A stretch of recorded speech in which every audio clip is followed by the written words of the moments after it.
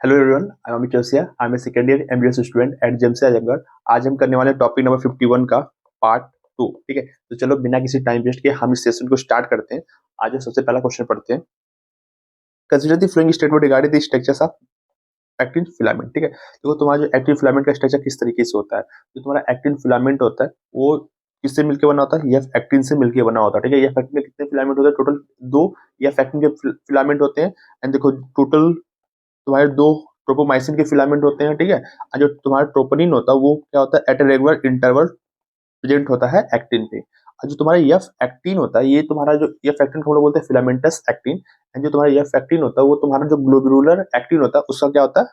Polymerisation से बनता है। ओके, तो वही सेम क्वेश्चन है। आ जाओ पढ़ते हैं यहाँ पे ऑप्शंस को। Each actin filament is made up of two globular actins helically bound to each other. ठीक है, पहले तो देखो जो तुम्हारा एक्टिन फिलामेंट होता है ना वो टू एफ एक्टिन से फॉर्म होता है, ना कि ग्लोबुलर एक्टिन। जो तुम्हारा ग्लोबुलर एक्टिन होता है वो क्या होता है? पॉलीमराइज होकर क्या बनाता है? एफ एक्टिन बनाता है। ठीक है, तो यहाँ पे जी एक्टिन की जगह यदि एफ एक्टिन होता है तो ये तुम्हारा स्टेटमेंट सही हो जाता है। तो ये स्टेटमेंट तुम्हारा क्या है? इनकरेक्ट है। Two filament of tropomyosin run close to the F actin throughout it length. हाँ, जो तुम्हारे देखो ये तुम्हारा जो ट्रोपोमाइसिन है ये तुम्हारा क्या है? Through out the length present है। ये तुम्हारा स्टेटमेंट क्या है? करेक्ट है। A complex protein troponin is distributed at the irregular interval on the tropomyosin। देखो जो तुम्हारा ये ट्रोपोमाइसिन है ना, ये क्या होता है? एट रेगुलर इंटरवल प्रेजेंट होता है ऑन एक्टिन।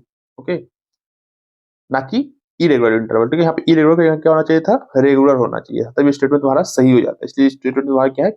इनकरेक्ट है। और एक कॉम्प्लेक्स प्रोटीन क्यों है? क्योंकि जो ट्रोपोनिन होता है वो कितने टाइप्स के होता है? तीन टाइप्स के होते हैं, troponin I, troponin T and troponin C. Each F actin is a polymer of the monomeric G actin. तो जो तुम्हारा एफ एक्टिन होता है वो किसका पॉलीमर होता है? जो जी एक्टिन का पॉलीमर होता है, जो मैं तुमको बता दिया। ये तुम्हारा ऑप्शन क्या है? करेक्ट है। यहाँ पे जो करेक्ट आंसर होगा option number B will be correct. Second and fourth are correct, क्योंकि हम तुझसे करेक्ट पूछ रखा है। ओके, नेक्स्ट क्वेश्चन पे आ जाओ। The globular head of the meromyosin is an active ATPase enzyme. हाँ, मतलब क्या होता है? जो तुम्हारा ग्लोब्यूलर हेड होता है ना वहाँ पे क्या होता है? एक्टिव एटीपीएज एंजाइम एक्टिविटी होती है। और जो तुम्हारा ग्लोबुलर हेड होता है ना वहाँ पे क्या होती है? Binding site for the ATP होती है and active site for the actin होती है। ठीक है, तो देखो ये तुम्हारा जो ग्लोबुलर हेड है यहाँ पे क्या है? एक्टिव बाइंडिंग साइट है एंड एटीपीएच बाइंडिंग साइट है। एटीपी बाइंडिंग साइट है and active actin binding site है। अब बताओ, तो यहाँ पे जो तुम्हारा ऐसा ऐसा नहीं, वो भी करेक्ट है। क्यों? क्योंकि यहाँ पे जब एटीपी बाइंड होता है देन वहाँ पे क्या होता है? एटीपीएच एंजाइम एक्टिविटी प्रेजेंट होती है। देन उस एटीपी को क्या करता है? वो ब्रेक करता है एंड फाइनली जो एनर्जी वहाँ पे प्रोड्यूस होती है उससे फॉर्म वो क्या बनता है? वो क्रॉस ब्रिज का फॉर्मेशन होता है। ये तुम्हारा एसेसन भी करेक्ट है एंड रीजन भी करेक्ट है। तो रीजन में क्या? रीजन में ये बता रहा है ना कि जो तुम्हारे ग्लोबुलर हेड होते हैं उसमें एक्टिन बाइंडिंग साइट्स होते हैं एंड एटीपी बाइंडिंग साइट्स होते हैं। और जो रीजन है कि वहां पे क्या होती है? एक्टिव एटीपीएच एंजाइम एक्टिविटी होती है। इसके पीछे का रीजन क्या है? इसके पीछे का रीजन ये नहीं है कि यहाँ पे एटीपी बाइंड करता है। ठीक है, इसके पीछे का रीजन ये है कि भाई वहां पे क्या उस वहां पे पर्टिकुलर उसका कहीं ना कहीं वो इंट्रिंसिक फीचर है। मतलब वहाँ पे वो प्रोटीन्स फॉर्म हो रही है, वो एंजाइम वहाँ पे फॉर्म हो रहा है, इसलिए ना वहाँ पे एटीपीज एक्टिविटी वहाँ पे शो हो रही है, ना कि वहाँ पे एटीपी बाइंड होने से वहाँ पे एटीपीज एक्टिविटी है। तो यहाँ पे मुझे लगता है कि जो तुम्हारा रीजन है ना वो एसएसओ को एक्सप्लेन नहीं कर रहा है। इसका जो करेक्ट आंसर होगा option number B will be correct. Okay, अब आगे चलते हैं। Which are the component in the column one with their description in column two. ठीक है, तुम्हें भी पता है कि हैवी मेरोमाइसिन क्या होता है और लाइट मेरोमाइसिन। जिसका टेल वाला पार्ट होता है उसको हम लोग बोलते हैं क्या? लो मेरोमाइसिन। जो तुम्हारा हेड एंड शॉर्ट आर्म होता है इसको हम क्या बोलते हैं? इसको हम लोग बोलते हैं हैवी मेरोमाइसिन। ओके, तो जो तुम्हारा हैवी मेरोमाइसिन क्या होता है? Head and short arm projecting outward. हाँ, जो तुम्हारा हेड एंड शॉर्ट आर्म होता है उसको हम लोग क्या बोलते हैं? हैवी मेरोमाइसिन बोलते हैं। Okay, the polymer of monomeric G actin इसको हम लोग क्या बोलते हैं? या फैक्टिन बोलते हैं। जो लो मॉलिक्यूलर लो मेरोमाइसिन किसको बोलते हैं? जो तुम्हारा टेल होता है उसको हम लोग क्या होता है? लो मेरोमाइसिन या फिर लाइट मेरोमाइसिन बोलते हैं। Okay, component known as heavy meromyosin cross arm. Okay, तो फर्स्ट का क्या हो जाएगा? सेकंड हो जाएगा। ओके, सेकंड का थर्ड हो जाएगा। That is option number A will be correct. Okay, next question की तरफ चलते हैं। Which are the following statement is incorrect regarding the structure of contractile protein. ठीक है, तुम्हारी कॉन्टैक्टाइल प्रोटीन के स्ट्रक्चर से रिलेटेड तुम्हें यहाँ पे इनकरेक्ट स्टेटमेंट को फाइंड आउट करनी है। Each myosin filament is a polymerised protein constituted by many monomeric protein. हाँ देखो, जो तुम्हारी मायोसिन होती है ना वो क्या होती है? मायोसिन जो फिलामेंट होता है किससे बनती है, बहुत सारे क्या होते हैं जो तुम्हारे मायोसिन मोनोमर्स होते हैं ना, ये जो पॉलीमराइज होते हैं, जिन्होंने क्या बनाते हैं, व्हाट, मायोसिन फिलामेंट बनाते हैं, या फिर मायोसिन बनाते हैं। ओके, तो यहाँ पे वही है कि each myosin filament is polymerize protein constitute by the many monomer protein. हाँ जी सही है। कॉल्ड, उसको हम लोग क्या बोलते हैं, मेरोमाइसिन बोलते हैं। हाँ, मेरोमाइसिन ही बोलते हैं, ठीक है। Heavy meromycin component project outward at regular distance and angle from the surface are the polymerized myosin filament। हाँ देखो, मतलब यही यहाँ पे सेम चीज है कि मतलब देखो ये तुम्हारी चीजें होती हैं। ओके, ये वाला जो हमारा क्या होता है, हैवी मेरोमाइसिन होता है। ये जो हैवी मेरोमाइसिन होता है एट रेगुलर इंटरवल क्या होता है, आउटवर्ड की तरफ प्रोजेक्ट करता है, ठीक है। ये भी तुम्हारा स्टेटमेंट क्या है, करेक्ट स्टेटमेंट है। Okay, in the resting state the subunit of troponin masks the active binding sites for actin on the myosin filament। मतलब जो तो तुम्हारा ट्रोपोनिन होता है ना, ये किससे प्रेजेंट होता है, ट्रोपोनिन तुम्हारा प्रेजेंट होता है एक्टिन फिलामेंट में प्रेजेंट होता है। ओके, एंड ये किसको मास्क करता है, जो एक्टिन फिलामेंट के ऊपर, जो एक्टिन फिलामेंट में जो तुम्हारे मायोसिन बाइंडिंग साइट्स होती है ना, उसको ये हाइड करने का काम करता है। ठीक है, यहाँ पे ये उल्टा दे रखा है। ठीक है, ये तुम्हारी स्टेटमेंट क्या है, इनकरेक्ट है। Two filament of tropomycin run close to the F actin throughout the length of the actin's filament। जो कि मैं तुमको पीछे एक्सप्लेन कर दिया हूँ। ये स्टूडेंट तुम्हारा क्या है, करेक्ट है। ठीक है, इसका जो करेक्ट आंसर होगा option number C will be correct. Okay, next की तरफ आ जाओ। Read the following statement concerning the mechanism of muscle contraction। Okay, muscle contraction basically हम लोग क्या स्लाइडिंग फिलामेंट थ्योरी से एक्सप्लेन करते हैं। It is best explain by what, sliding filament theory. हाँ, करेक्ट है जी। The theory states that contraction of the muscles fibers take place by the sliding of thick filament over the thin filament। ठीक है, पहली बात तो देखो यहाँ पे जो थिन फिलामेंट होता है ना, थिक फिलामेंट के ऊपर स्लाइड करते हैं, ना कि थिक फिलामेंट थिन फिलामेंट के ऊपर। ठीक है, यहाँ पे तुम ऐसे याद रखो, थिन थिक। ठीक है, मतलब जो तुम्हारा थिन फिलामेंट होता है वो थिक फिलामेंट के ऊपर स्लाइड करता है, बट यहाँ पे क्या बोला कि जो तुम्हारा थिक फिलामेंट होता है वो थिन फिलामेंट के ऊपर स्लाइड करता है, ये जो कि गलत है। ठीक है, ये तुम्हारा स्टेटमेंट क्या जाएगा, इनकरेक्ट हो जाएगा। The globular head of the myosin has active sites for the actin. हाँ, जो तुम्हारे ग्लोब्यूलर होते हैं वहां पे क्या होता है, active site for the actin होती है। ठीक है, ये तुम्हारा क्या करेक्ट है। इसका जो करेक्ट आंसर होगा that is first and third is will be correct. Okay, next पे आ जाओ। Each myosin monomers has two important parts, a globular head with a short arm and tail, the former being called, जो तुम्हारा globular head होता है and short arm, इसको हम लोग मिला के क्या बोलते हैं, हैवी मेरोमाइसिन बोलते हैं। जो तुम्हारा टेल वाला पार्ट होता है उसको हम लोग क्या बोलते हैं, लाइट मेरोमाइसिन। ठीक है, तो इसका जो correct answer that is option number C will be correct. Okay, आज नेक्स्ट पे, which specific component is responsible for masking the active binding sites in the resting state and where are these sites। ठीक है, तो देखो normal condition में basically जो तुम्हारी troponin होती है वो तुम्हारी एक्टिन, जो तुम्हारी मायोसिन बाइंडिंग साइट्स होती है उसको क्या करता है, मास्क करके रखता है। ठीक है, एंड ये कहाँ पे प्रेजेंट होता है, तुम्हारी ये एक्टिन साइट, एक्टिन फिलामेंट पे प्रेजेंट होता है। ठीक है, यहाँ पे 7 यूनिट्स ऑफ ट्रोपोनिन, और ये कहाँ प्रेजेंट होता है, एक्टिन फिलामेंट पे प्रेजेंट होता है। ओके, नेक्स्ट पे आते हैं। Consider the flowing statement regarding the initiation of muscles contraction। Okay, देखो muscles contraction, the motor neurons along with the its myofibrils connected to its constitute a motor unit। ठीक है, पहले देखो जो मोटर यूनिट किसको बोलते हैं, मतलब मोटर न्यूरॉन्स सप्लाई करा के इसको मसल्स को। ठीक है, तो वहां पे जो भी मोटर न्यूरॉन्स प्लस उस मसल्स को मिला के हम लोग क्या बोलते हैं, मोटर यूनिट बोलते हैं। ठीक है, यहाँ पे क्या बोला कि मायोफाइब्रिल्स इसको कनेक्ट कर रहा है, उसको हम लोग क्या बोलते हैं, मोटर यूनिट नहीं, motor neurons along with it, वही किसको, जिस मसल्स को सप्लाई कर रहा है उसको हम लोग क्या बोलते हैं, मोटर यूनिट्स बोलते हैं। ये तुम्हारा स्टेटमेंट क्या जाएगा, इनकरेक्ट हो जाएगा। The junction between the motor neurons and the sarcoplasm of the muscle fiber is called motor interplate। ठीक है, तो मोटर इंटरप्लेट को हम लोग एक अलग नाम से भी जानते हैं, that is neuromuscular junction. Okay, and ये न्यूरोमस्कुलर जंक्शन होता क्या है, दैट इज न्यूरोमस्कुलर जंक्शन एक टाइप का क्या होता है, साइनेप्स होता है, किसके किसके बीच में साइनेप्स होता है, दैट इज तुम्हारा साइनेप्स होता है किसके, न्यूरॉन्स के बीच में एंड मसल्स के बीच में होता है। ठीक है, एंड मसल्स में भी किसका पार्ट, जो उसका सार्कोलेमा वाला पार्ट होगा, मतलब प्लाज्मा मेम्ब्रेन वाला पार्ट होगा, that is post anatomic membrane, वो चीज होती है। यहाँ पे क्या बोला, सार्कोप्लाज्म ऑफ द मसल नहीं, यहाँ पे सार्कोप्लाज्म ऑफ द मसल्स नहीं होगा, यहाँ पे होगा सार्कोलेमा ऑफ द मसल। ठीक है, that is plasma membrane of the muscle. ये तुम्हारा स्टेटमेंट क्या जाएगा, इनकरेक्ट हो जाएगा। The neural signals reaching the neuromuscular junctions release neurotransmitters which generate an action potential in the motor neuron. तो neuromuscular junction में जो तुम्हारी चीजें होती है, मतलब ये तुम्हारी क्या है, न्यूरॉन्स है, एंड ये तुम्हारी क्या है, मसल्स है। ओके, तो जब यहाँ पे तुम्हारी सिग्नल्स आ गई, यहाँ पे क्या रिलीज करेगा, न्यूरोमस्कुलर, ये न्यूरोट्रांसमीटर रिलीज करेगा, एंड फाइनली ये क्या करेगा, अपने रिसेप्टर से बाइंड अप करेगा, एंड ये क्या करेगा, मसल्स के अंदर क्या करेगा, एक्शन पोटेंशियल जनरेट करेगा। तो ये किसके अंदर एक्शन पोटेंशियल जनरेट करेगा, मसल्स के अंदर एक्शन पोटेंशियल जनरेट करेगा, ना कि मोटर न्यूरॉन्स के अंदर। ये तुम्हारा स्टेटमेंट क्या जाएगा, इनकरेक्ट हो जाएगा। Action potential spread through the muscles fibre and cause the release of calcium ion into the cytoplasm. हाँ देखो बेसिकली अब यहाँ पे ये एक्शन पोटेंशियल जनरेट हुआ, ये through out the membrane basically क्या होगा, स्प्रेड होगा। एंड फाइनली जब ये impulses through out the membrane spread हो जाएंगी, तो ये क्या करेगा, एंडोप्लाज्मिक रेटिकुलम से कैल्शियम आयंस को रिलीज करवाएगा, कहाँ पे, साइटोप्लाज्म के अंदर। ठीक है, तो ये तुम्हारा स्टेटमेंट क्या है, करेक्ट। यहाँ पे पूछा कितने स्टेटमेंट इनकरेक्ट है, तो यहाँ पे टोटल 3 स्टेटमेंट क्या है, इनकरेक्ट है। Okay, cross bridge between actin and myosin is broken when new ATP binds to the myosin head. हाँ, इसलिए देखो जब तुम्हारी एटीपी बाइंड एटीपी होती है, एटीपी आती है, एटीपी की हाइड्रोलिसिस होती है, तो जो वहाँ पे एनर्जी प्रोड्यूस होती है, उस एनर्जी का यूज करके जो मायोसिन होता है वो एक्टिन से क्या करता है, मिलता है, एंड यहाँ पे क्रॉस ब्रिज का फॉर्मेशन होता है। ठीक है, एंड जहाँ पे एटीपी एटीपी वहां से रिलीज हो जाएंगी, एंड एटीपी वहाँ पे नया एटीपी मॉलिक्यूल्स आएगा, एंड फाइनली वहाँ पे जो होगी क्रॉस ब्रिज क्या कर जाएगा, ब्रेक कर जाएगा। तो यहाँ पे जो क्रॉस ब्रिज होता है एक्टिन और मायोसिन के बीच में कब ब्रोक करता है, जब वहाँ पे न्यू एटीपी बाइंड कर जाता है। ओके जी, हाँ ये सही है।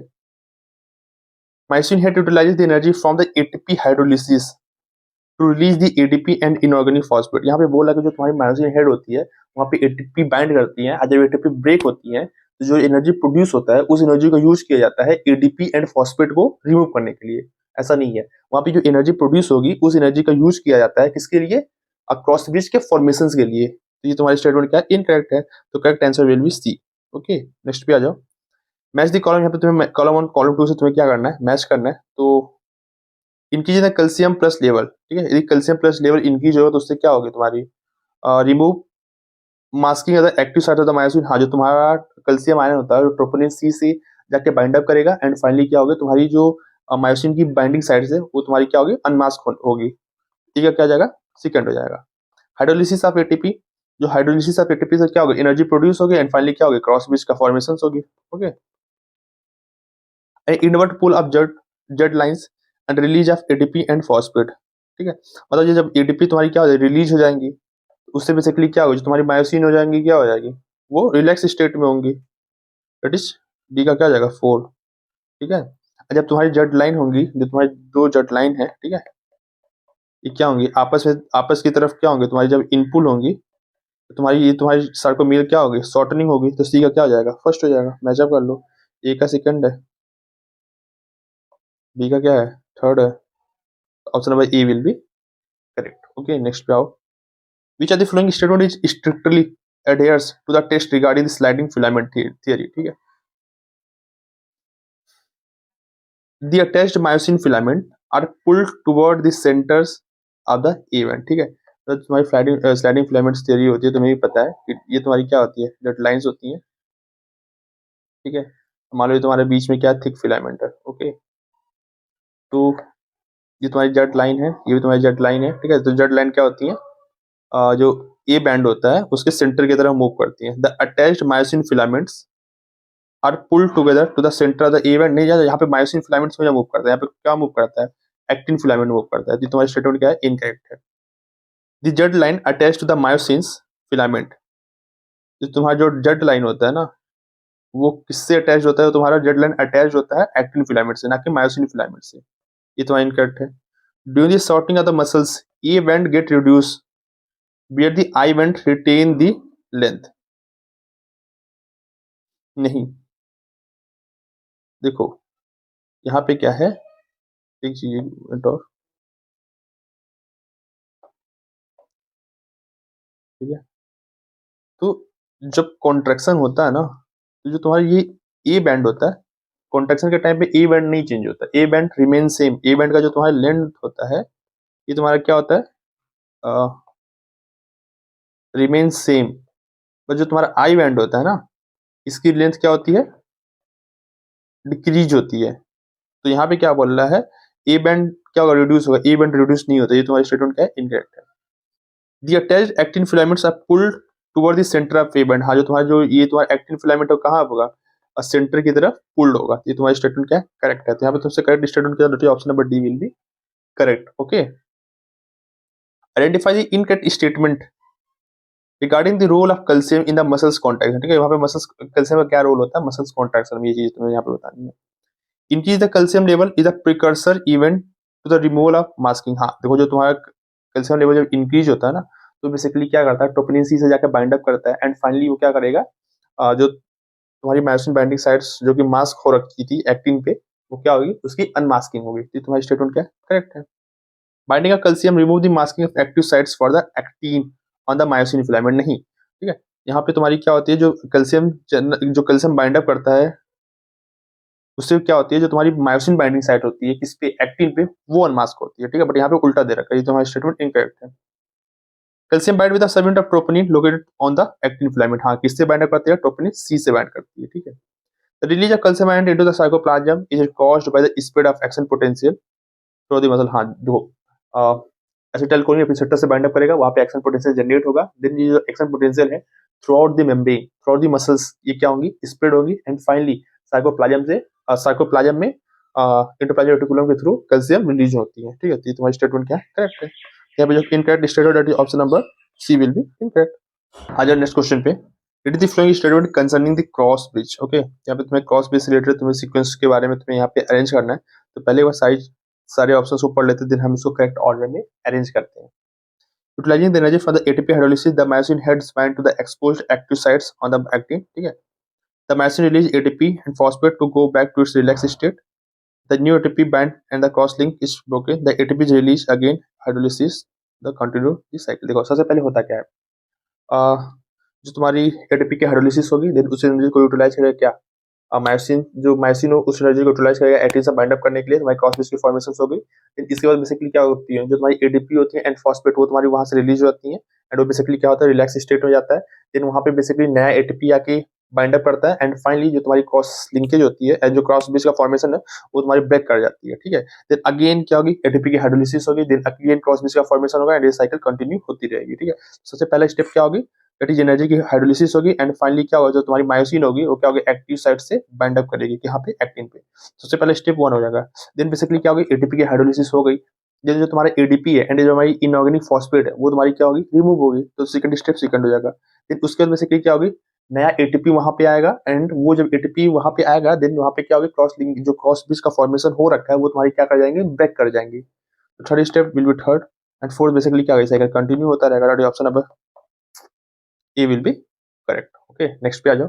During the muscle contraction the I band get reduce. हाँ देखो, जो तुम्हारी आई बैंड क्या होती है, रिड्यूस हो जाती है, क्योंकि जो तुम्हारी जेड लाइन होती है वो क्या होती है, आपस मतलब एक दूसरे की तरफ आती है, मतलब सेंटर की तरफ मूव करती है। तो जो तुम्हारी ए बैंड होती है, ए बैंड तो नॉर्मल रहती है, मतलब उसकी जो लेंथ होती है वो नॉर्मल रहती है, और जो तुम्हारी आई बैंड होती है तुम्हारी क्या होती है, रिड्यूस हो जाती है। ये तुम्हारा करेक्ट है।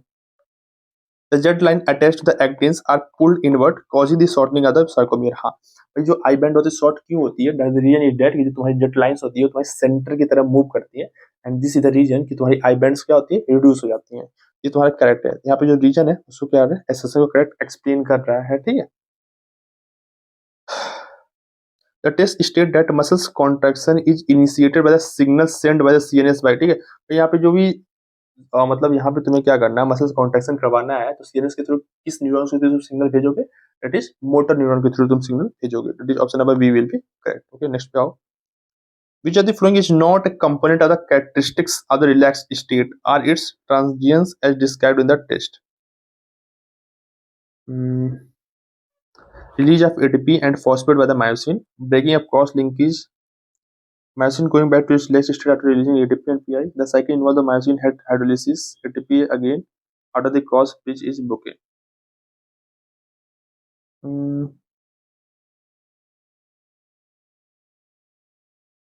Which of the following is not a component or characteristic of the relaxed state? ठीक है, मतलब यहाँ पे चार्ट है, यहाँ पे तुम्हें बताना है कि कौन सा स्टेटमेंट, तो ये रिलैक्स स्टेट का कैरेक्टरिस्टिक्स नहीं है। पढ़ लेते हैं।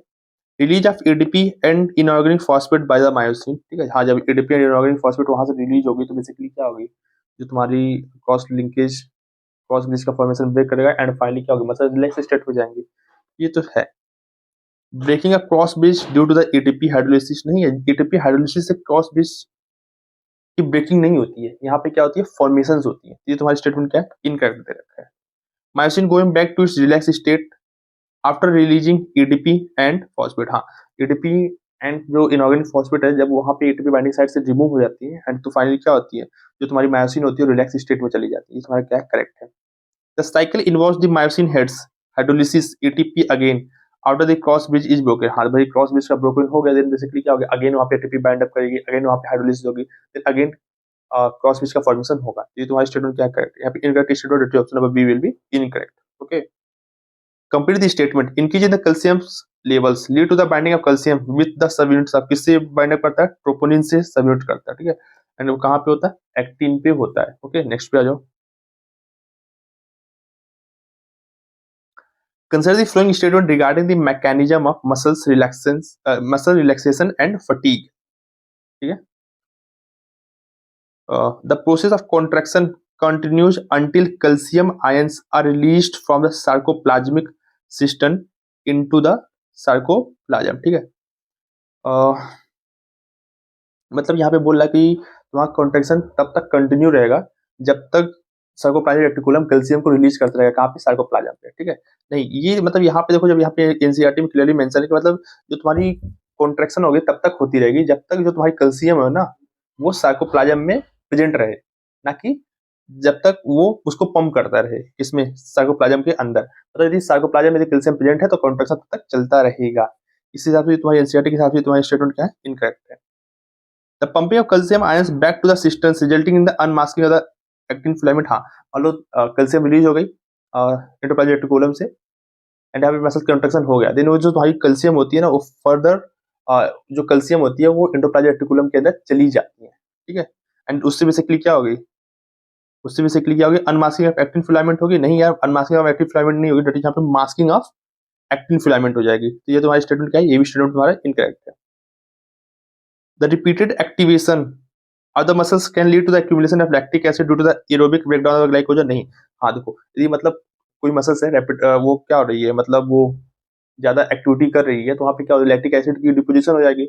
लैक्टिक एसिड की फॉर्मेशन कहाँ पे होती है, एरोबिक रिस्पायरेशन के अंदर होती है। यहाँ पे बहुत क्या दे रखा है, एरोबिक रिस्पायरेशन दे रखा है। ये तुम्हारा स्टेटमेंट क्या है, इनकरेक्ट है। यहाँ पे क्या होना चाहिए था, अनएरोबिक रिस्पायरेशन होना चाहिए था।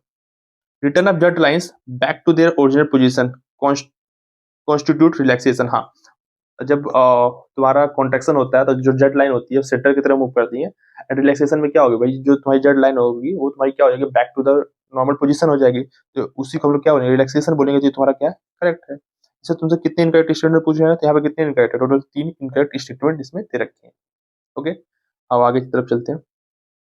White fibres are functionally dependent on an aerobic process for the energy production. हाँ, जो तुम्हारी व्हाइट फाइबर्स होती है उसके अंदर बेसिकली क्या होती है, मायोग्लोबिन की संख्या कम होती है, माइटोकॉन्ड्रिया की संख्या भी कम होती है, बट जो तुम्हारी जो एंडोप्लाज्मिक रेटिकुलम होती है वो उसकी नंबर क्या होती है, काफी ज्यादा होती है। तुम्हारी स्टेटमेंट क्या है, करेक्ट है।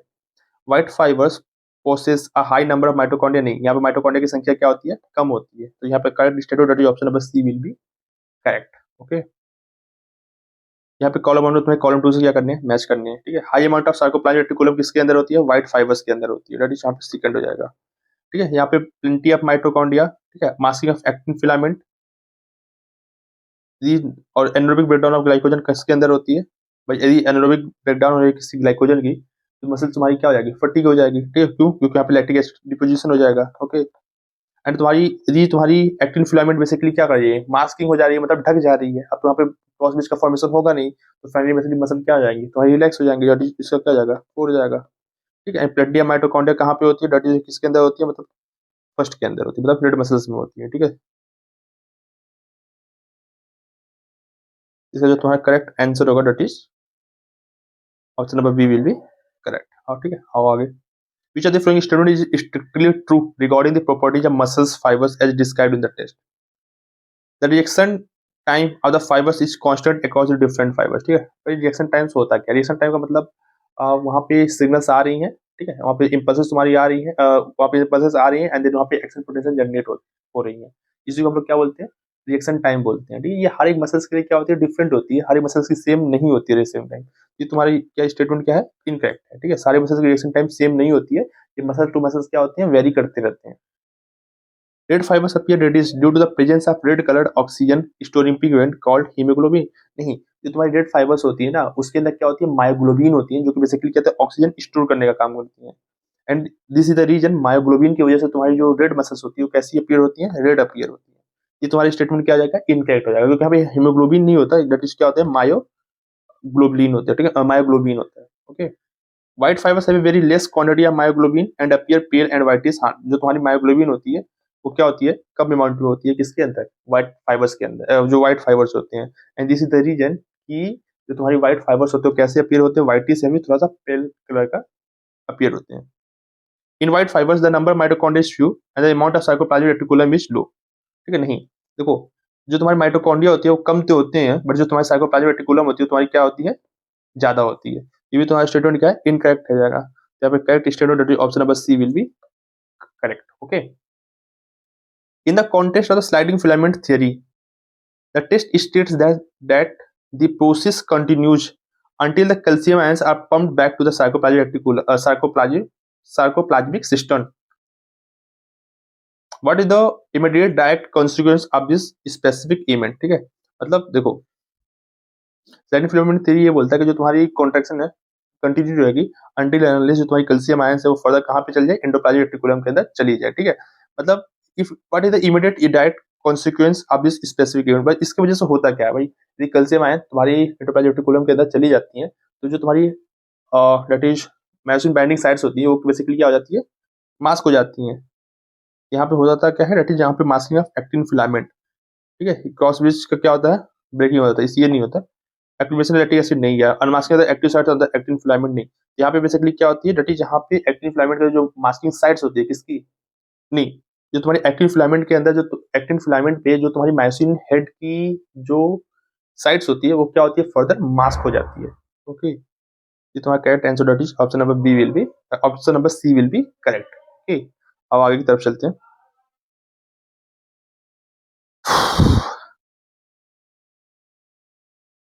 Consider the flowing statement regarding skeletal systems component. ठीक है, पहले तो तुम्हें पता है कि स्केलेटल सिस्टम बेसिकली कितनी होती है, जैसे 2 से 6 बोन्स होती हैं एंड जैसे कुछ कार्टिलेज से मिलके बनी होती है हमारी ये स्केलेटल सिस्टम। ठीक है, and bone has a very hard matrix due to the presence of chondroitin salt. नहीं, देखो जो तुम्हारी बोन्स होती है ना उसके अंदर कैल्शियम सॉल्ट होती है। ठीक है, जो कॉन्ड्रोटिन सॉल्ट होती है ये तुम्हारी कार्टिलेज के अंदर प्रेजेंट होती है, तो ये तुम्हारा ऑप्शन क्या है, इनकरेक्ट हो जाएगा।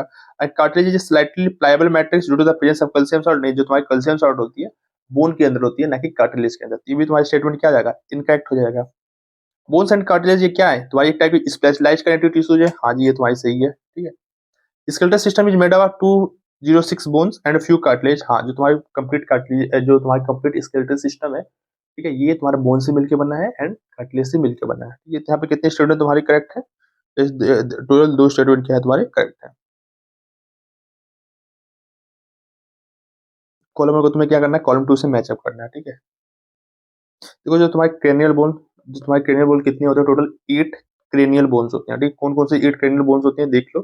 फ्रंटल बोन एक होता है, पैराइटल बोन 2 होता है, टेम्पोरल 2 होते हैं, ऑसिपिटल 1 होते हैं, स्पिनॉइड 1 होते हैं एंड इथमॉइड बोन क्या होते हैं, 1 होते हैं। ठीक है, टोटल बेसिकली कितने हो गए ये तुम्हारे, 8 हो गए। ओके, और जो तुम्हारे फेशियल रीजन होते हैं, फेशियल रीजन में कितने, जो तुम्हारे फेशियल रीजन में कितने बोन होते हैं, टोटल तुम्हारे होते हैं 14 बोन्स, कितने, 14 बोन। ओके, इसका क्या जाएगा, 4 हो जाएगा। जो तुम्हारा स्कल होता है, दैट इज स्कल, स्कल के अंदर तुम्हारी फेशियल बोन्स भी आ जाते हैं एंड स्कल के अंदर जो तुम्हारी क्रेनियम वाला पार्ट होता है वो भी तुम्हारा आ जाता है। एंड इसके अंदर कितने बोन्स होते हैं, टोटल 22 बोन्स होते हैं। ठीक है, याद रखो कि जो तुम्हारा हाइयोइड बोन्स होते हैं, जो तुम्हारे ईयर ऑसिकल्स होते हैं, हम उसको स्कल में काउंट नहीं करते हैं। ठीक है, इसलिए यहाँ पे क्या हो जाता है, 22 बोन्स हो जाते हैं। एंड जो तुम्हारे एक्सियल स्केलेटस होते हैं उसके अंदर टोटल कितने बोन्स होते हैं, 80 बोन्स होते हैं। ठीक है, तो पहले का क्या है, थर्ड है, सेकंड का 4, सी का फर्स्ट, तो option number C will be correct. Okay, next पे आ जाओ।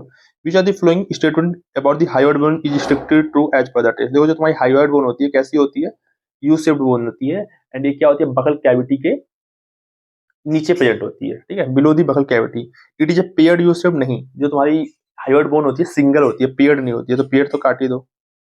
It is single U shaped bone present on the roof of the buccal cavity.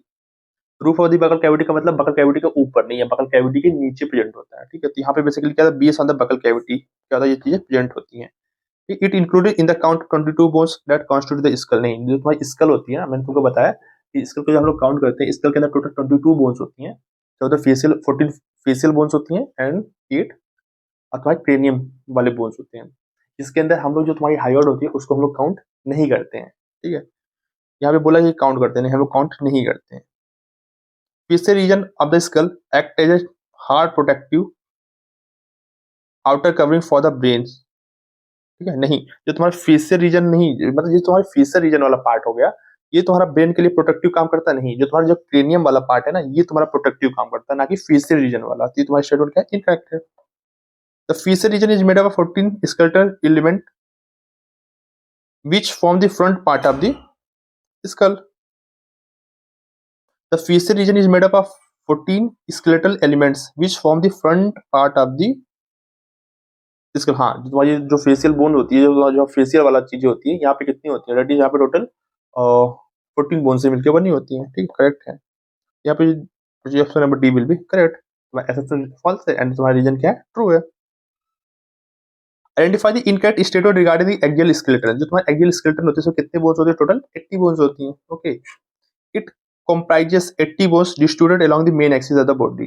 हाँ, जो तुम्हारी जो main axis of the body होती है, मतलब जो तुम्हारी सेंट्रल एक्सिस में तुम्हारी जो भी बोन्स होती हैं, उसको हम लोग एक्सियल स्केलेटन में काउंट करते हैं। यहाँ पे कितनी बोन्स होती है? टोटल टोटल 80 बोन्स होती हैं। ये तुम्हारी स्टेटमेंट क्या है? करेक्ट है जी। Sternum ribs are constituent part of the axial skeleton. हाँ, जो तुम्हारी स्टर्नम होती है, ठीक है, एंड जो तुम्हारी रिब्स होती है, वो भी तुम्हारी एक्सियल स्केलेटन का ही पार्ट होती है। और जो तुम्हारी क्लेविकल होती है, जो हमारा जो स्कैपुलर होता है, वो तुम्हारा अपेंडिकुलर स्केलेटन का पार्ट होती है। ये तुम्हारा क्या है? करेक्ट है। It include the skull and the vertebral column. हाँ, स्कल्स भी आती हैं, तुम्हारा जो वर्टिब्रल कॉलम होता है वो भी तुम्हारे इसके अंदर आता है। तो ये तुम्हारा क्या स्टेटमेंट करेक्ट है। It articulate directly with the pelvic girdle to form the main axis.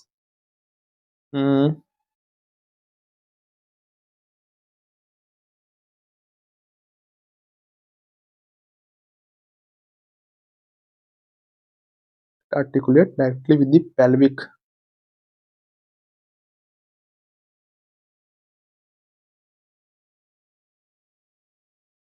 नहीं, देखो यहाँ पे जो तुम्हारा पेल्विक गर्डल है ना, पहले जो तुम्हारा पेल्विक गर्डल है, ये तुम्हारा एक्सियल स्केलेटन का पार्ट नहीं होता, तुम्हारा अपेंडिकुलर स्केलेटन का पार्ट होता है। तो ये तुम्हारा स्टेटमेंट क्या है? इनकरेक्ट हो जाएगा। तो इसको जो करेक्ट आंसर होगा, option number D will be correct, okay. Regarding the ear ossicles, choose the correct option based strictly on the provided test. जो तुम्हारा जो ईयर ऑसिकल होता है ना, ये तुम्हारा मिडल ईयर में प्रेजेंट होता है। कितने होते हैं? टोटल 3 बोन्स होते हैं, 3 लेफ्ट होते हैं, 3 राइट की तरफ होती है। इनका सिस्टस and malleus. Each internal ears नहीं होते हैं। क्या होता है? मिडल ईयर होता है। देयर टू बोन्स नहीं होते। कितने होते हैं? 3 होते हैं।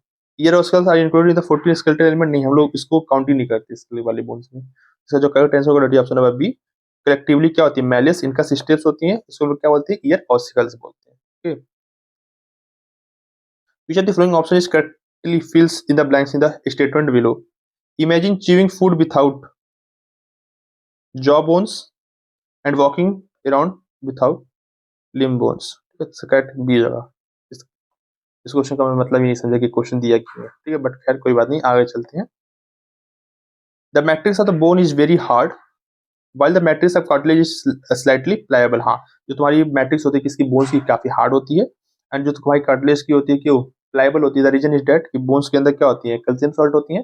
एंड जो तुम्हारी कार्टिलेज होती है, उसके अंदर क्या होता है? कॉन्डेटिन सॉल्ट होती है।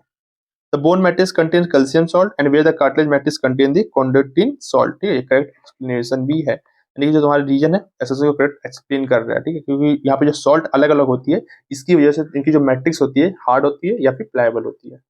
इसका जो करेक्ट आंसर होगा option number B will be correct, okay. Consider the flowing specific detail about the skull. The skull is compose of 2 sets of bone होती हैं। यहाँ पे क्रेनियल बोन्स होती हैं, टोटल फेशियल बोन्स होती हैं। हाँ जी, सही है। Total number of bones in the skull 29 नहीं, 29 नहीं होती है। कितनी होती है? 14 प्लस 8 होती है, दैट इज 22 होती है, ठीक है। ये तुम्हारा स्टेटमेंट क्या है? इनकरेक्ट है। Cranial bones are 80 number, total 8 numbers होते हैं। हाँ जी। The facial bones form the front part of the skull. ये पूरा स्कल है, इसका फ्रंट पार्ट कौन बनाता है? जो तुम्हारे फेशियल पार्ट के जो बोन्स होते हैं, वो तुम्हारे क्या करते हैं? फ्रंट पार्ट्स बनाते हैं, ओके। तो ये तुम्हारा क्या है? सही है। तो यहाँ पे जो क्या आ जाएगा? कौन सा स्टेटमेंट इसमें सही है? तो सेकंड तो नहीं होगा, ठीक है। तो इसका right option number B will be correct. Next, the test state that skeletal system has a significant role in the movement shown by the body. These systems consist of, मतलब जो तुम्हारी स्केलेटल सिस्टम होती है किसकी बनी होती है? ये तुम्हारी बनी होती है बोन्स की बनी होती है। एंड तुम्हारी किसकी बनी होती है? कार्टिलेज की बनी होती है, ठीक है। ये फ्रेमवर्क का स्पेशलाइज इपिथेलियल टिश्यू नहीं, स्पेशलाइज कनेक्टिव टिश्यू होता है, ये तुम्हारे कलेक्ट हो जाएगा, ठीक है। फ्यू बोन्स नहीं होते, बोन्स ज्यादा होते हैं, कार्टिलेज कम होते हैं, जो option number C will be correct, okay. Next पे आ जाओ। Consider the flowing statement regarding the human vertebral column. ठीक है, जो पहले जो तुम्हारा ह्यूमन वर्टिब्रल कॉलम होते हैं, इसमें कितने वर्टिब्रा होते हैं टोटल? 26 होते हैं। ठीक है, इट इज वेंट्रली प्लेस्ड नहीं है, वेंट्रली नहीं होता। जो तुम्हारा वर्टिब्रल कॉलम होता है वो तुम्हारा क्या होता है? डॉर्सली होता है। ठीक है, वेंट्रली तो नहीं होता। तुम्हारा ऑप्शन क्या जाएगा? इनकरेक्ट हो जाएगा।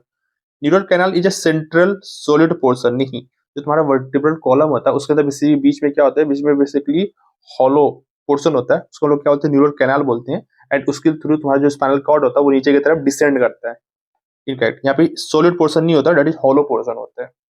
The first vertebra is atlas and its articulate with the occipital condyles. हाँ, जो तुम्हारा फर्स्ट वर्टिब्रा होता है उसको हम लोग क्या बोलते हैं? एटलस बोलते हैं। सेकंड को हम लोग क्या बोलते हैं? एक्सिस बोलते हैं। जो तुम्हारा एटलस होता है, जो तुम्हारा ऑसिपिटल कॉन्डाइल्स होती है ना, उससे बेसिकली अटैच करता है। ठीक है, ये तुम्हारी स्टेटमेंट क्या आ जाएगा? करेक्ट हो जाएगा। यहाँ पे तुमसे क्या करेक्ट स्टेटमेंट क्या आ जाएगा? That is only third will be correct. Human ribs are technically termed as bicephalic. हाँ, जो तुम्हारे ह्यूमन रिब्स होते हैं ना, इसको हम लोग बाइसेफेलिक क्यों बोलते हैं? क्योंकि ये बेसिकली जो पीछे वर्टिब्रा होती है ना, वहां पे ये उसके हर एक रिब्स के क्या होता है? दो आर्टिकुलेटिंग सरफेस होती हैं। दैट इज द रीजन कि हम लोग ह्यूमन रिब्स क्या होती हैं? ये बाइसेफेलिक होती हैं। बाइसेक मतलब दो होता है, एंड सेफेलिक का मतलब समझ सकते हो तुम, यहाँ पे दो आर्टिकुलेटिंग सरफेस होती है वर्टिब्रा पे। ये तुम्हारी स्टेटमेंट इनकरेक्ट है। Each rib possesses two articulation surface on the ventral end where it's connect to the sternum। नहीं, ठीक है, यहाँ पे दो आर्टिकुलेटिंग सरफेस होती है। कहाँ पे? वर्टिब्रा पे। यहाँ पे क्या बोला? स्टर्नम बोला। ये तुम्हारी स्टेटमेंट क्या जाएगा? इनकरेक्ट हो जाएगा। तो correct answer that is option number C will be correct. Which of the following statement regarding the rib cage is incorrect strictly according to the test? The rib cage, भाई rib cage होता क्या? मतलब ये जो हमारा जो chest वाला ये जो थोरेसिक एरिया होती है, ठीक है, ये तुम्हारा क्या था? रिब केज होता है। किससे किससे मिलकर बनी होती है? बीच में तुम्हारी स्टर्नम होती है, फिर तुम्हारी रिब्स होती हैं। ओके, फिर पीछे की तरफ बेसिकली क्या होती है? पीछे की तरफ तुम्हारी वर्टिब्रा कॉलम होती है। The rib cage is found by thoracic vertebra, ribs and sternum together. तो थोरेसिक वर्टिब्रा होती है, रिब्स होती है, स्टर्नम टुगेदर। ठीक है, उससे मिलकर तुम्हारी क्या बनती है? तुम्हारी बनी होती है। ठीक है, मतलब जो तुम्हारा पूरा वर्टिब्रा कॉलम थोड़ी इन्वॉल्व होता है। तुम्हारा सर्वाइकल वर्टिब्रा होता है, ये तुम्हारा नहीं इन्वॉल्व होता है। इन्वॉल्व कौन सा होता है? जो तुम्हारे थोरेसिक वर्टिब्रा है ना, वो तुम्हारे इन्वॉल्व होते हैं थोरेसिक केज के फॉर्मेशन में। ये तुम्हारी स्टेटमेंट सही है। Vertebrocondylar ribs articulate with the seventh ribs with the help of hyaline cartilage। देखो, जो वर्टिब्रोकॉन्ड्रल लिप्स किसको बोलते हैं? वर्टिब्रोकॉन्ड्रल लिप्स हम लोग बोलते हैं फॉल्स लिप्स को। ठीक है, तो जो फॉल्स लिप्स होते हैं, दैट इज फॉल्स लिप्स कौन कौन से होते हैं? 8, 9 एंड 10। ये तुम्हारे क्या होते हैं? फॉल्स लिप्स होते हैं। ये डायरेक्टली स्टर्नम पे अटैच नहीं होते हैं। ये तुम्हारे सेवंथ रिब्स से अटैच होते हैं, मतलब सेवंथ रिब्स से फ्यूज होते हैं, देन वो स्टर्नम पे आके अटैच होते हैं। ठीक है, तो वही बोला कि जो तुम्हारे वर्टिब्रो कॉलम, जो वर्टिब्रोकॉन्ड्रल लिप्स होते हैं वो आर्टिकुलेट करते हैं किससे? सेवंथ रिब्स से। एंड यहाँ पे कौन सी कार्टिलेज के थ्रू ये अटैच होते हैं? दैट इज हाइलिन कार्टिलेज होता है। ये तुम्हारा स्टेटमेंट क्या है? करेक्ट है। The sternum is a flat bone located on the dorsal midline of the thorax. नहीं, जो तुम्हारी स्टर्नम होती है तुम्हारी क्या होती है? फ्लैट बोन होती है। यहाँ पे कहाँ पे प्रेजेंट होती है? जो थोरैक्स की जो वेंट्रल मिडलाइन होती है वहां पे प्रेजेंट होती है। ठीक है, यहाँ पे डोर्सल नहीं होना चाहिए था, यहाँ पे क्या होना चाहिए था? वेंट्रल होना चाहिए था। स्टेटमेंट तुम्हारा इनकरेक्ट है। The last two pairs of the ribs are not connected ventrally. हाँ, जो तुम्हारे लास्ट के जो जो रिब्स होते हैं, it is ribs number 11 and ribs number 12, ये तुम्हारी क्या होती है? फ्लोटिंग रिब्स होते हैं। ओके, ये तुम्हारा क्या है? करेक्ट है। तो यहाँ पे इनकरेक्ट स्टेटमेंट क्या आ जाएगा? That is option number C will be correct. ठीक है, यहाँ पे तुम्हें कॉलम और कॉलम 2 के साथ मैचअप करना है। आज वो करते हैं। सर्वाइकल वर्टिब्रा कितने होते हैं? टोटल 7 होते हैं। ओके, लंबर वर्टिब्रा कितने होते हैं? टोटल 5 होते हैं। सेक्टर वर्टिब्रा कितने होते हैं? 1 होते हैं, फ्यूज होते हैं। ट्रू रिब्स कितने होते हैं? एक minute.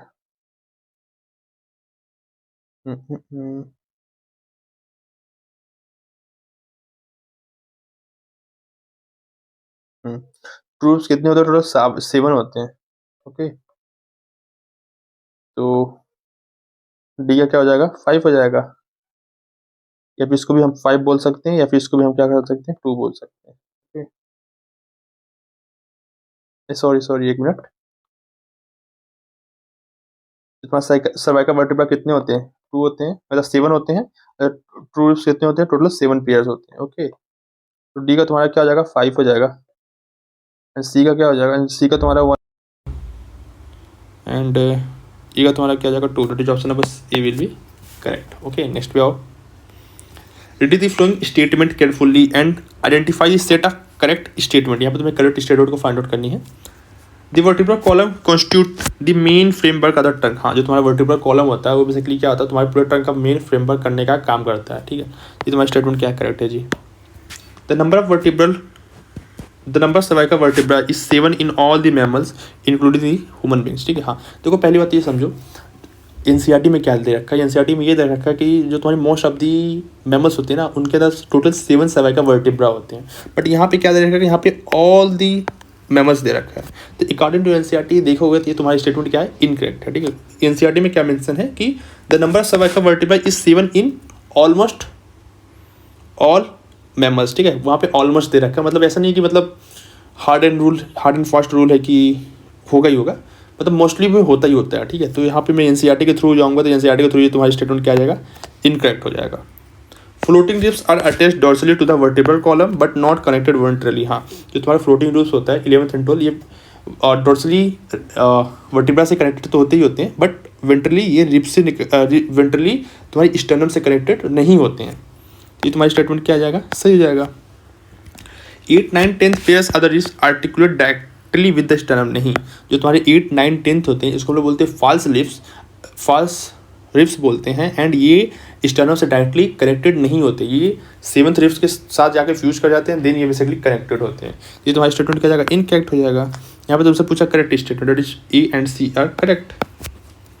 The sternum is connected to the ribs sternum is connected to the ribs ventrally with the help of what, fibrous cartilage. नहीं, यहाँ पे फाइब्रस कार्टिलेज नहीं होता है, यहाँ पे तुम्हारे होते हैं हाइलिन कार्टिलेज। तुम्हारा स्टेटमेंट क्या है, इनकरेक्ट है। यहाँ पे क्या होना चाहिए था, हाइलिन कार्टिलेज होना चाहिए था।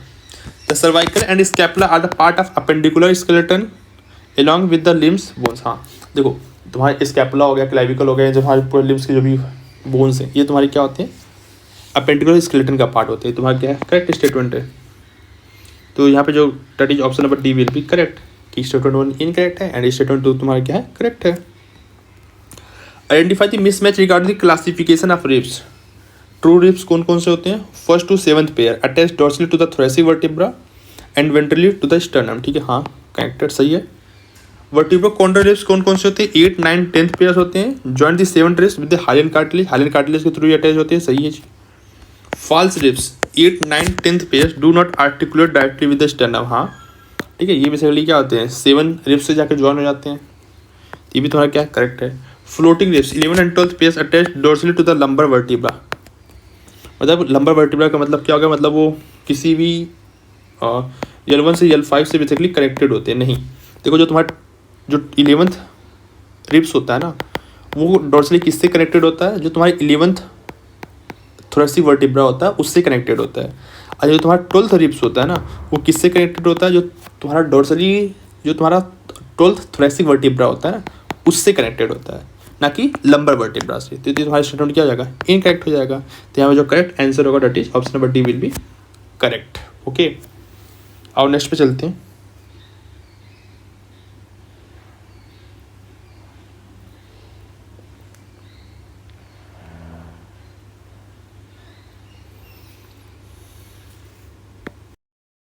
और नेक्स्ट पे आ जाओ। Which of the following option correctly complete the test, the bones of the limbs along with their constitute the skeleton। ठीक है, the bones of the limbs along with what, जिसका जो ग्रिडल्स होते हैं, ग्रिडल्स मतलब जैसे कि ऊपर की तरफ पेल्विक ग्रिडल्स होते हैं, नीचे की तरफ क्या होता है, पेक्टोरल ग्रिडल्स होते हैं। ठीक है, नहीं सॉरी, ऊपर की तरफ क्या होता है, पेक्टोरल ग्रिडल्स होते हैं, नीचे की तरफ तुम्हारी क्या होता है, पेल्विक ग्रिडल होते हैं। ठीक है, एंड उस वो क्या बनाते हैं, स्केलेटल सिस्टम बनाते हैं, कौन सा, अपेंडिकुलर। तो पे जो करेक्ट आंसर होगा option number B will be correct. Okay, next पे consider the following specific detail about this vertebral column. It extended from the base of the skull. हाँ, जो तुम्हारा वर्टिब्रल कॉलम होता है 26 वर्टिब्रा टोटल होती है, and ये कहाँ से एक्सटेंड करता है, from the base of the school से ये क्या करता है, एक्सटेंड करता है। करेक्ट है। It protect the spinal cord and support the head. हाँ, जो तुम्हारी स्पाइनल कॉर्ड होती है, ठीक है, इसके बीच से ही पास आउट होती है, एंड ये स्पाइनल कॉर्ड को बेसिकली क्या करता है, प्रोटेक्ट करने का काम करता है। जो तुम्हारी स्पाइनल कॉर्ड होती है ये कहाँ तक एक्सटेंड करती है, ठीक है, from the base of the skull to the जो तुम्हारी L1 वर्टिब्रा तक तुम्हारी स्कल, ये तुम्हारी स्पाइनल कॉर्ड होती है। It serve as a point of attachment for the ribs and the musculature of the back. हाँ, तुम्हारी जो रिब्स होती है ना डोर्सली कहाँ से अटैच होती है, डोर्सली तुम्हारी अटैच होती है वर्टिब्रा से, एंड जो भी तुम्हारे बैक के मसल होते हैं, बहुत सारे मसल क्या होते हैं यहाँ पे जो तुम्हारे वर्टिब्रल कॉलम पे अटैच होते हैं, एंड मतलब वहाँ पे उनकी ओरिजिन होती है, एंड कुछ मसल की वहाँ पे इंसर्शन भी होती है। ये क्या है, करेक्ट है। It differentiate into the 5 region cervical, thoracic, lumbar, sacral and coccygeal. हाँ ठीक है, total 5 types of vertebra present होते हैं। सर्वाइकल वर्टिब्रा होते हैं, थोरेसिक वर्टिब्रा होते हैं, ठीक है, लंबर वर्टिब्रा होते हैं, सैक्रल एंड कोक्सीजियल। ठीक है, सर्वाइकल कितने होते हैं? टोटल 7 होते हैं। थोरेसिक कितने होते हैं? टोटल 12 होते हैं। लंबर 5 होते हैं। ओके, सैक्रल 1 होता है, कोक्सीजियल 1 होता है। ठीक है, टोटल ये मिला कितने हो जाते हैं? 26 हो जाते हैं। तो यहाँ पे कितनी स्टेटमेंट क्या है? यहाँ पे कितनी स्टेटमेंट क्या है? करेक्ट है, दैट इज और सभी के सभी क्या है? करेक्ट है।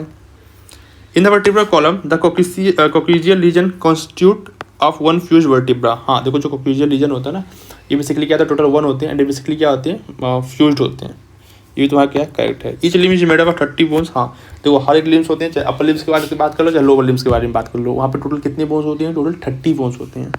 ठीक है, बट ऑप्शन कितने जाएंगे? But option number A will be correct. दोनों को दोनों स्टेटमेंट क्या हमारे करेक्ट है। Okay, consider the flowing statement regarding the number of bones in the human limbs. ठीक है, तो जो तुम्हारे ह्यूमन लिम्स होते हैं टोटल कितने बोन्स होते हैं? 30 बोन्स होते हैं। ठीक है, चाहे वो अपर लिम्स के बारे में बात कर लो चाहे लोअर लिम्स के बारे में बात कर लो। The number of wrist bones carpal is exactly equal to the number of ankle bones.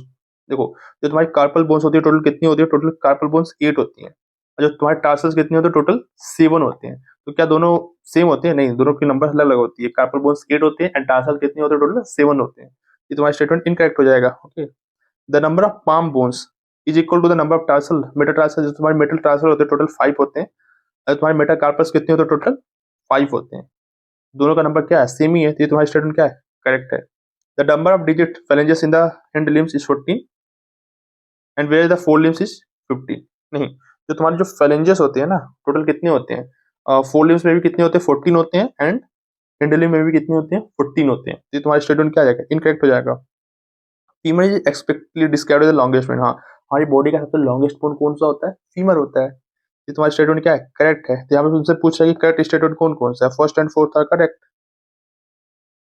एक minute, second and fourth are correct. Option number B will be correct. Okay, next पे आ जाओ। The glenoid cavity is the depression located immediately about the acromion process. ठीक है, पहले तो समझिए तुम्हारा क्या है? स्कैपुला है and this is the acromion process. Acromion process के नीचे तुम्हारी क्या होती है? ग्लेनार्ड कैविटी होती है, जहां पे जो तुम्हारा ह्यूमरस का हेड होता है वो अटैच होता है एंड फाइनली वहां पे शोल्डर जॉइंट बनती है। बट यहाँ पे क्या बोल रहा है कि एवोव द एक्रोमियन प्रोसेस, एवोव नहीं होता है, दैट इज बिलो होता है। ये तुम्हारी स्टेटमेंट क्या हो जाएगा? इनकरेक्ट हो जाएगा। A glenoid cavity is glenoid cavity articulate with the head of humerus to form the what? Shoulder joint। हाँ सही है। यहाँ पे correct answer that is option number D will be correct. Okay, which of the following statement regarding the pectoral girdle is incorrect? यहाँ पे तुम्हें incorrect statement बतानी है। Each half of the pectoral girdle consists of clavicle and scapula। देखो, जो तुम्हारी pectoral girdle होती है कितनी होती है? टोटल 2 होती है एंड जो तुम्हारी pectoral girdle होती है किससे किससे मिलकर बनी होती है? clavicle and scapula से बनी होती है। ठीक है, ये तुम्हारा क्या है? करेक्ट है। Scapula is situated in the ventral part of the thorax between। नहीं, the scapula situated in the ventral part. नहीं, जो तुम्हारी स्केपुला होता है ना, तुम्हारा क्या होता है? डोर्सल साइड में होता है। ठीक है, और किसके किसी बीच में होता है? दैट इज T2 से लेके T7 वर्टिब्रा के लेवल पे ये चीजें होती हैं तुम्हारी। ये तुम्हारी स्टेटमेंट क्या है? इनकरेक्ट है। स्केपुला जो लार्ज ट्रेंगुलर फ्लैट बोन। हाँ, जो तुम्हारी स्केपुला कैसी बोन होती है? लॉर्ज होती है, ट्रेंगुलर होती है, कैसी होती है? फ्लैट बोन होती है। ये तुम्हारी स्टेटमेंट क्या है? करेक्ट है। The clavicle is a long cylindrical bone with a two curvature commonly called इसको कॉलर बोन। देखो, जो तुम्हारी क्लाविकल होती है कैसी होती है? कॉलर बोन होती है। एंड दूसरी चीज तुम्हारी क्लाविकल होती है कैसी होती है? हॉरिजॉन्टल बोन होती है। ठीक है, मतलब हॉरिजॉन्टली प्लेस्ड होती है एंड ये बेसिकली कैसी होती है? लॉन्ग होती है, सिलेंड्रिकल होती है। इनमें कितने कर्वेचर होते हैं? टोटल 2 कर्वेचर्स होते हैं। तो यहाँ पे ये स्टेटमेंट जो है क्या है तुम्हारा? करेक्ट है। तो जो तुम्हारा इनकरेक्ट स्टेटमेंट हो जाएगा, तो इसका जो करेक्ट आंसर होगा option number B will be correct. Okay, और यहाँ पे कॉलम 2 से तुम्हें क्या करना है? मैच करना है। फिर तो पटीला तुम्हारा क्या होता है? पटीला तुम्हारा कप शेप्ड बोन होता है, जो कि बेसिकली क्या होता है? नी को कवर करने का काम करता है। तो सी का क्या जाएगा? 2 सेकंड हो जाएगा। Flat expanded process of the spine, उसको हम लोग क्या बोलते हैं? That is spine. जो स्पाइन होती है ना, ये बेसिकली कहाँ प्रेजेंट होती है? तुम्हारी स्कैपुला की जो पीछे वाला पोर्शन होता है, डोर्सल पोर्शन पे ये प्रेजेंट होता है। ठीक है, एंड वो बेसिकली आगे की तरफ जाकर बेसिकली क्या बनाता है? एक्रोमियन प्रोसेस बनाता है। ठीक है, तो सी का क्या हो जाएगा? ए का हो जाएगा तुम्हारा third. Depression below the acromion that is glenoid cavity. Acetabulum क्या होती है? Cavity eight the point of fusion of coxal bone. And acetabulum में बेसिकली क्या होता है? जो हमारी फीमेल की हेड होती है वो जाके आर्टिकुलेट करती है एंड वहां पे हिप जॉइंट बनती है। तो 4 हो जाएगा। ठीक है, मैच कर लेना। और नेक्स्ट पे चलते हैं। नेक्स्ट क्वेश्चन,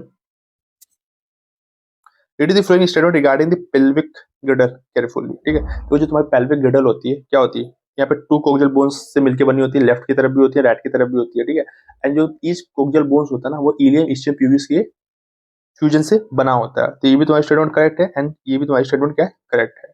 जो दोनों हाफ होते हैं पेल्विक गिrdle के, ये तुम्हारे क्या होते हैं, वेंट्रली फ्यूज करते हैं एंड ये प्यूबिक सिम्फाइसिस फॉर्म करते हैं।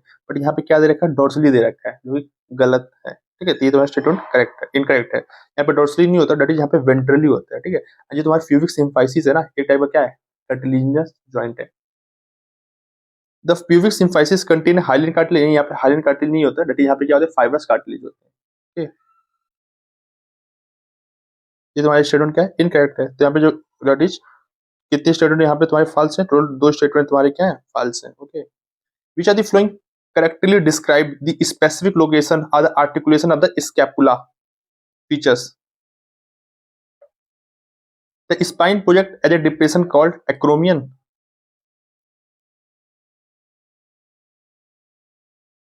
Clavicle articulate with the glenoid cavity, जो तुम्हारा आर्टिकुलर जो तुम्हारा क्लाविकल होता है कहाँ पे आर्टिकुलेट करता है, ग्लोनोइड कैविटी पे आर्टिकुलेट करता नहीं, जो तुम्हारा क्लाविकल होता है वो तुम्हारा एक्रोमियन प्रोसेस पे आर्टिकुलेट करता है। ये तुम्हारा स्टेटमेंट इनकरेक्ट हो जाएगा।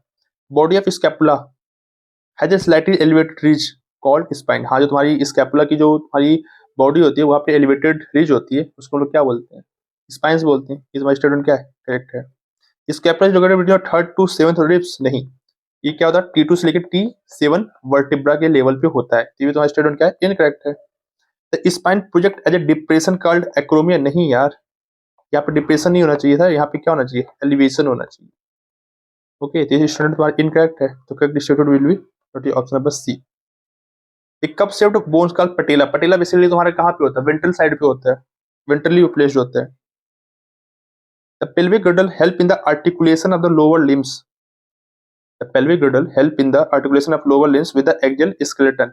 हाँ, ठीक है, एंड ये सेम काम तुम्हारा पेक्टोरल गिrdle का भी होता है। ये तुम्हारा स्टेटमेंट क्या है, करेक्ट है। It at the point of fusion of the ilium ischium pubis ये cavity called acetabulum to which the thigh bones articulate. हाँ, बिल्कुल सही है। देखो बेसिकली तुम्हारी क्या होती है, जो तुम्हारी पेल्विक गिrdle का काम क्या होता है, पेल्विक गिrdle एंड पेक्टोरल गिrdle का वर्क ये होता है कि ये तुम्हारी एपेंडिकुलर स्केलेटन को एक्सियल स्केलेटन से जोड़ने का काम करती है। ठीक है, अब यहाँ पे बता रहा है कि जो तुम्हारी फ्यूजन होती है ना इलियम स्टिम प्यूबिस को क्या बनाती है, एसिटाबुलम बनाती है। एंड जहाँ पे जो थाई बोन होती है वो आर्टिकुलेट करती है, मतलब आर्टिकुलेट करने का मतलब वो नाउ अब एक्सियल स्केलेटन से अटैच्ड हो गई। ठीक है, तो मेरे हिसाब से जो तुम्हारी रीजन है ना वो एसएसएल को एक्सप्लेन तो करेक्ट है यार। ठीक है, तो इसका जो करेक्ट आंसर होगा दैट इज मेरे according actually option number A होगा। आगे आ जाओ। Consider the following specific bone count mentioned in the test. Number of carpals कितने होते हैं, टोटल 8 होते हैं। टार्सल कितने होते हैं, 7 होते हैं। मेटाकार्पल 5 होते हैं। तो यहाँ पे मैच कर लो यार, ये option number B will be correct हो जाएगा। Which of the following student which of the following statement about joint is explicitly written in the final paragraph of the page? छोड़िए इसको, आगे आ जाओ। एक मिनट, कितने क्वेश्चन,